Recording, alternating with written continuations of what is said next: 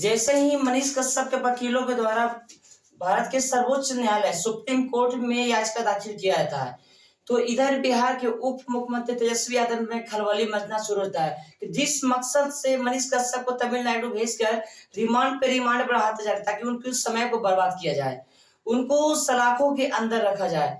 लेकिन यहाँ पे बात ये था कि उन हाल में यानी कि कल उनके ऊपर एनएसए एक्ट लगा दिया जाता है। क्या एक पत्रकार पे एनएसए एक्ट लगाना सही था? और एनएसए एक्ट लगा तो किस मकसद से लगता है, किस इंसान के ऊपर लगता है? अगर वो एनएसए एक्ट लगता है तो कितने साल की सजा हो सकती है?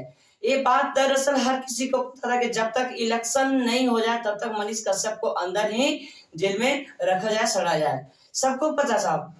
लेकिन तेजस्वी यादव जिस तरह से लगातार एफआईआर पे एफआईआर करवाया जा रहा है, बिहार से, तमिलनाडु से, वहां पे लगातार किस फोन कर करके एफआईआर करवाते जा रहे हैं। जैसा लग रहा है कि एक एफआईआर का डायरी मनीष कश्यप के नाम से तैयार होने जा रहा है। एक भव्य, अभी तक 14 से 16 एफआईआर लगातार किया जा रहा है। और जो एफआईआर जो इंसान दर्ज करता है, शायद लगता है कि वो इतना भी नहीं पता कि जिस टॉपिक के ऊपर 2 से 3 बार एफआईआर होता है तो उसे फर्जी माना जाता है। लेकिन लगातार फिर भी बिहार सरकार के प्रेशर में आकर, उप मुख्यमंत्री के प्रेशर में आकर लगातार एफआईआर दर्ज किया जा रहा है। एक कहीं न कहीं बिहार की जो लागू व्यवस्था है, कानून व्यवस्था है, उसको ध्वस्त करने की प्रक्रिया आसानी से डे टू डे रचा जा रहा है।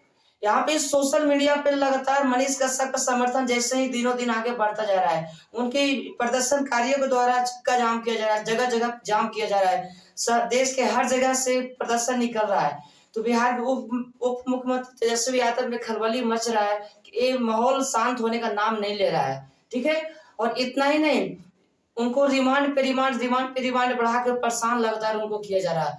तो उनके वकील के द्वारा भारत के सर्वोच्च न्यायालय सुप्रीम कोर्ट में जैसी याचिका दाखिल होता है, तो यहाँ पे बिहार के उप मुख्यमंत्री क्या करते हैं कि इस मैटर को क्लोज किया जाए। तो क्लोज करने का मतलब कि उनको हिरासत में डाल दिया जाए, वो लंबे समय के लिए, जब तक आपका एक इलेक्शन आ नहीं जाता, इलेक्शन पूरा होने जाता है। तो वो कौन सी मैटर था, तो सीधा वो एनएसए एक्ट लगा दिया जाता है। तो मैं आज इस वीडियो में आपको डिटेल बताऊंगा कि एनएसए एक्ट होता है क्या, भारत में कब इसे चालू किया गया था, किसके शासन काल में चालू किया गया था, कहां से चालू हुआ था। फिर आप डिसाइड करिएगा कि हाँ, एनएसए एक्ट एक पत्रकार पे, एक नेशनल लेवल पत्रकार पे लगाना सही था।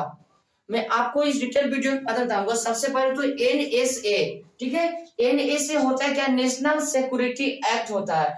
यानी कि इस एक्ट में क्या होता है, उस इंसान के ऊपर लगाया जाता है कि जिससे हमारे देश के खतरा हो।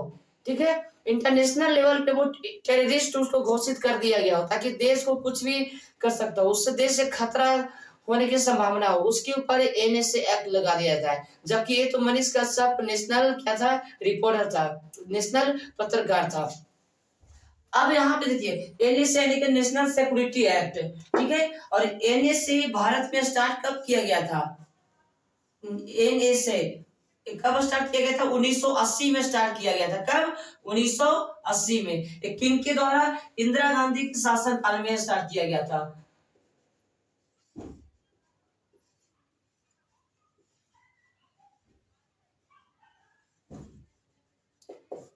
ठीक है, भारत के प्रधानमंत्री इंदिरा गांधी के शासन काल में 1980 में एनएसए एक्ट लागू किया गया था। और दरअसल एनएसए एक्ट होता है क्या कि एकदम अंतिम पोजीशन होता है, ठीक है। और इसमें कितने साल की सजा हो सकती है, कम से कम आपको 1 साल की इसमें सजा होती है, कम से कम। उससे अंदर का एनएसए एक्ट इंसान के ऊपर नहीं लग सकता। एनएसए एक्ट का मतलब 1 साल की कम से कम सजा। और जैसा अगर इन बिटवीन में, उसके बीच में अगर और भी एफआईआर होता जाए और भी उनके ऊपर कंप्लेन आता जाए तो डेट आगे एक्सटेंशन होते चल जाता है। यानी कि सलाखों के पीछे आपको सड़ने के सिवा और कोई चांस इसमें है नहीं। तो यही मकसद था कि उप मुख्यमंत्री तेजस्वी यादव के द्वारा एनएसए एक्ट लगा दिया जाए। क्यों लगा दिया जाए, आपको यह आसानी से पता हो कि मनीष कश्यप खुद ही चैलेंज कर चुके थे कि अगर मैं गिरफ्तार हुआ तो 180 दिन के अंदर आपकी सरकार को गिरा दिया जाएगा। तो दरअसल 180 दिन उनके लिए बहुत ज्यादा भी नहीं था, यानी कि 90 से 100 दिन कंपलसरी सरकार गिरना काम हो चुका था, गिरने वाला था। क्यों गिरने वाला था आपको पता है, जिस तरह से भारत के एक से एक नेता के द्वारा मनीष कश्यप को सपोर्ट मिल रहा था, बीजेपी के द्वारा सपोर्ट मिल रहा था। तो ऑब्वियसली एक जैसे इलेक्शन समीप में आया था तो चाहे तो मनीष कश्यप को सीट देकर विपक्षी पार्टी से उनको खड़ा कर दिया था, नहीं तो उनको इलेक्शन में साथ घुमाने में उनके फॉलोअर ज्यादा है, तो उनको जिस पार्टी से मनीष कश्यप अगर जो वो सपोर्ट करते हैं तो पार्टी कंपलसरी जीतना ही जीतना था। इसलिए मनीष कश्यप ने वहां पे ऐलान कर दिया था कि 180 दिन के अंदर सरकार गिरा देंगे।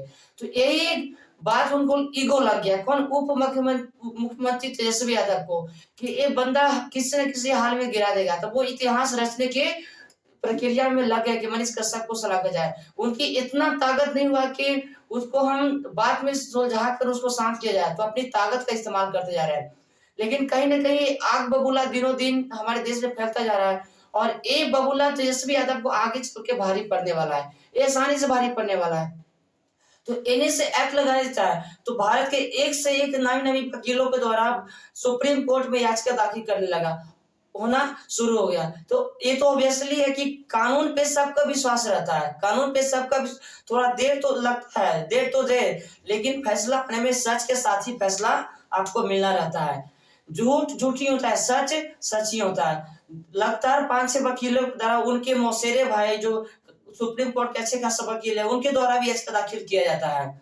तो यहाँ पे कहीं ना कहीं सारे के सारे फैसला किन के ऊपर चला गया है, सुप्रीम कोर्ट के ऊपर चला गया। भारत के सर्वोच्च न्यायालय माना जाता है, उनपे सभी का विश्वास होता है। और खैर बिहार जिस तरह से एक कानून को धजिया उड़ाया जा रहा है, अगर इसी तरह आगे चलता रहा तो कोई एक इंसान आगे चलकर सच का सामना करने में भी वो डरेगा, ताकि इसलिए डरेगा कि जेल की सलाखों के पीछे सड़ने नहीं।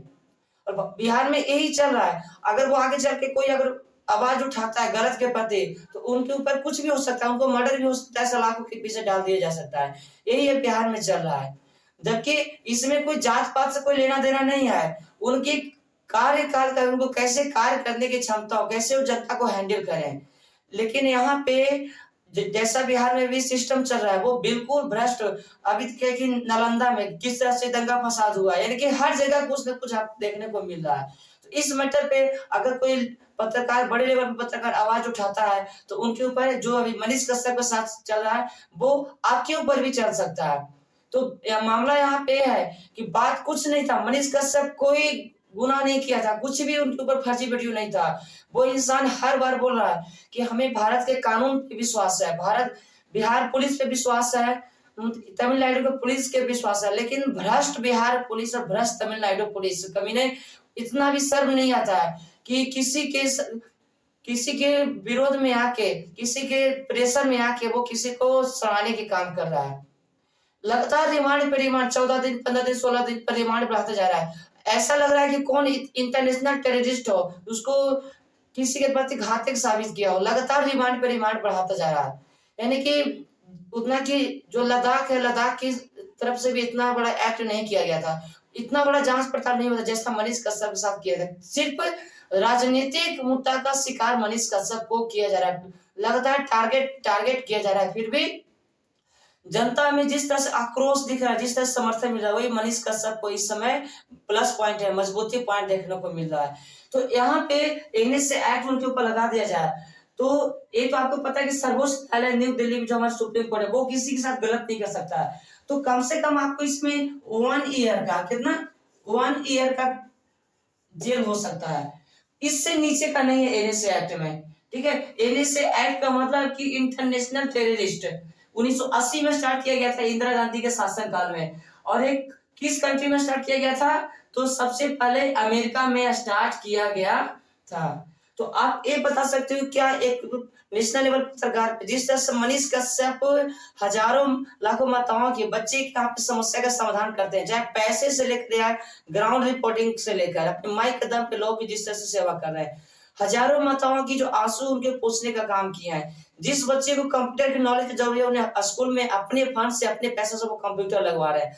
हर जगह पे वो अपनी इनकम का कम से कम तो 25 to 30% वो लोगों के बीच शेयर कर रहे हैं। तो किस मकसद से उसके ऊपर एनएसए एक्ट लगा, आप ही ये वीडियो में आप कमेंट करके बता सकते हैं क्या ये एनएसए एक्ट उनके ऊपर लगाना सही था। भारत के फेमस वकील एपी सिंह, उनके द्वारा भी लगातार स्टेटमेंट आ रहा है कि बिहार सरकार क्या कर रही है, उनके ऊपर लगता है टारगेट किया जा रहा है, राजनीतिक मुद्दा का शिकार बनाते जा रहा है कि जब से मनीष कश्यप ने ऐलान कर दिया कि सरकार गिरा देंगे, ऑब्वियसली है कि सरकार गिरना ही गिरना है। तो आप ये डिसाइड करें क्या एनएसए एक्ट उनके ऊपर लगाना सही था। और एक जो तमिलनाडु पुलिस है और बिहार पुलिस है, कहीं ना कहीं दोनों मिलकर काम कर रही है। किसके प्रेशर में? बिहार के उप मुख्यमंत्री तेजस्वी यादव के प्रेशर में वो आके काम कर रही है। जबकि तमिलनाडु कोर्ट के द्वारा वहां से तमिलनाडु पुलिस को फटकार लगाया गया था, तो उनको भी इतना आक्रोश आ गया और जनता में सोशल मीडिया की तरफ से इतना उनको पोस्टिंग आ रहा है, तो उनको भी आक्रोश आ गया कि कुछ ना कुछ इनको फंसाने का काम किया जाए। तो लगातार भी जैसे ही ये मामला सुप्रीम कोर्ट में जाता है, तो यहाँ से एनएस एक्ट की प्रक्रिया शुरू कर दिया था। किसके तरफ से? तमिलनाडु पुलिस के तरफ से।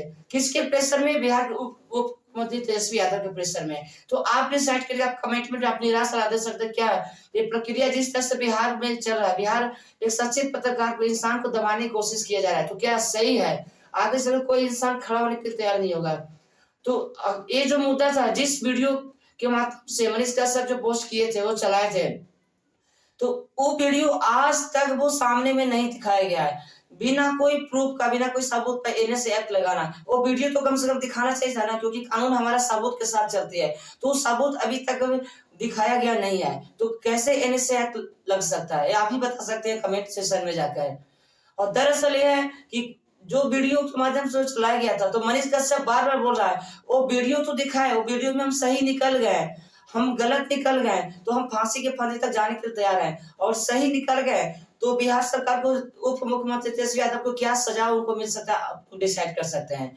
वो बंदा हर बार आके स्टेटमेंट दे रहा है, लेकिन भ्रष्ट बिहार के उप मुख्यमंत्री तेजस्वी यादव अपने ईगो को लेकर, अपनी विरासत को बचाने के लिए, अपनी कुर्सी को बचाने के लिए वो कुछ भी कर सकते हैं। एक आम इंसान को सलाखों के पीछे सड़ाने में वो माहिर अपने काम को इंजाम देते जा रहे हैं।